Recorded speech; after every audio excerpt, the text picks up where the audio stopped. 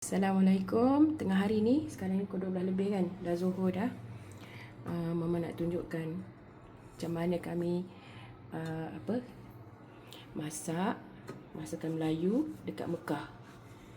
Basically apa yang kita buat, beli ayam tadi tu dekat Ben Daud yang Mama tunjukkan pagi tadi. Sekarang ni lebih kurang ada 10 pieces.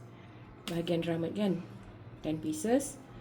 Lepas tu ini daripada makan pagi tadi, diorang bagi beli kebab dapat ni, so tak payah beli. Okay, 10 pieces. Kemudian kita akan tambah dengan Mr. Potato.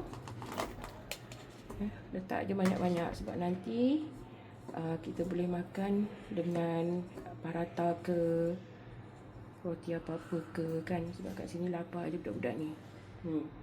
Okay, so ini dah siap. Next, kita masukkan chicken Debbie. Ini bukan promotion, tapi bila dah try ni rasa macam suka sangat. Maybe dekat Malaysia pun kami akan gunakan ni. Okay, so paket ni berapa gram? Not sure. Tapi untuk ayam 750 gram. Yang ini tadi ayamnya 60 gram, 600. Ini 750 kan. Ini ayamnya ada 600 gram. Tapi kan kita ada potato lagi.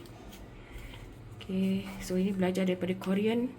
Nak make sure paste tu habis diperah. There you go. So kita keluarkan habis-habis. Macam tu, nanti kita buang yang tu.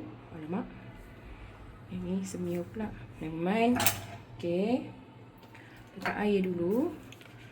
Tak usah letak garam dan gula, tak payah dulu. Nanti bila dia dah agak masak sedikit baru buh. So air lebih kurang macam tu je.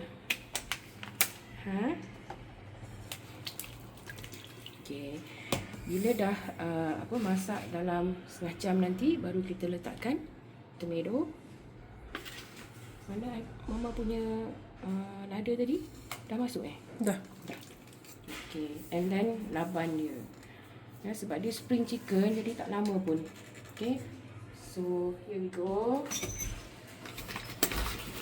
Nanti baru tak rasa. Okay. Alright. Ini kan rice cooker ni, dia kena ada cooperation dengan roommate. Kalau roommate tak suka bau, susah lah. Mujalah roommate kami, sabar orang ni, baik sangat. Okay, so on. Then kita tunggu setengah jam. That's it. Itu saja. Dah laban. Okay dah.